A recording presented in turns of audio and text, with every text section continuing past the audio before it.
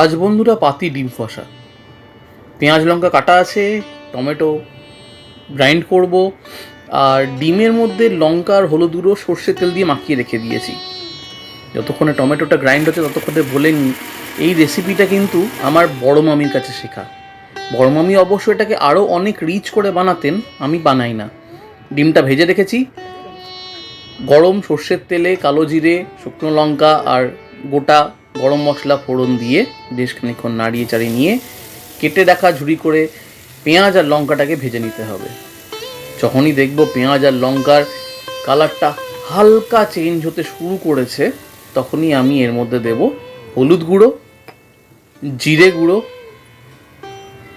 লঙ্কা গুঁড়ো আর সামান্য একটুখানি মিট মশলা, যদি আপনার কাছে থাকে, না দিলেও চলবে।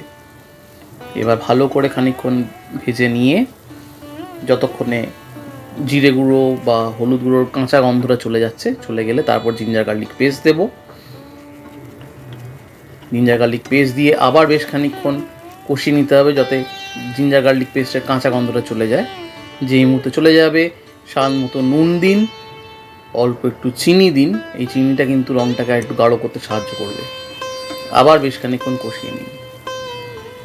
এরপরে এর মধ্যে আমরা যেটা অ্যাড করব সেটা হচ্ছে যে টমেটোটাকে আমরা গ্রাইন্ড করে রেখেছিলাম, পিউরি বানিয়ে রেখেছিলাম, সেইটা। টমেটো পিউরিটা অ্যাড করা হয়ে গেলে আবার কিন্তু বেশ খানিকক্ষণ কষানোর পালা, মানে টমেটোর কাঁচা গন্ধটা যেতে হবে। তো ততক্ষণে আপনি একটা জায়গায় একটু দই নিন, দইটাকে ফাটিয়ে নিন ভালো করে, বা ফেটিয়ে নিন যেটাকে বলা হয়। হ্যাঁ, এবার টমেটোটা কষানোর সময় অল্প একটু জল দিতে পারেন যদি আপনাদের ইচ্ছে হয়। ফেটানো দই, বেশ ভালো করে ফেটানো দই আপনি এটার মধ্যে অ্যাড করুন। গ্যাসের আঁচটা কমিয়ে নেবেন, নাহলে কিন্তু দইটা এর মধ্যে দেওয়ার সঙ্গে সঙ্গে ফেটে যেতে পারে। এবার ক্লকওয়াইজ বা অ্যান্টি ক্লকওয়াইজ যে কোনো একদিকে আপনি এটাকে ঘোরাতে থাকুন, যাতে দইটা ফেটে না যায়। হয়ে যাওয়ার পরে অল্প একটু গরম মশলা দিন ওপর থেকে ছড়িয়ে, আর কষাতে ততক্ষণ জল দিয়ে দিয়ে যতক্ষণ না ভালো করে কষছে। তেল ছেড়ে গেলে ওপর থেকে ডিমটা দিন, ঢাকা দিয়ে ফুটতে দিন বেশ খানিকক্ষণ। ডিমের মধ্যে ছুরি দিয়ে একটা করে গাঢ়া করে দিন, হ্যাঁ, না হলে মশলাটা ভেতরে ঢুকবেই করে। হয়ে গেলে ব্যাস, আবার কি, দেখুন তেল ছেড়ে দিয়েছে।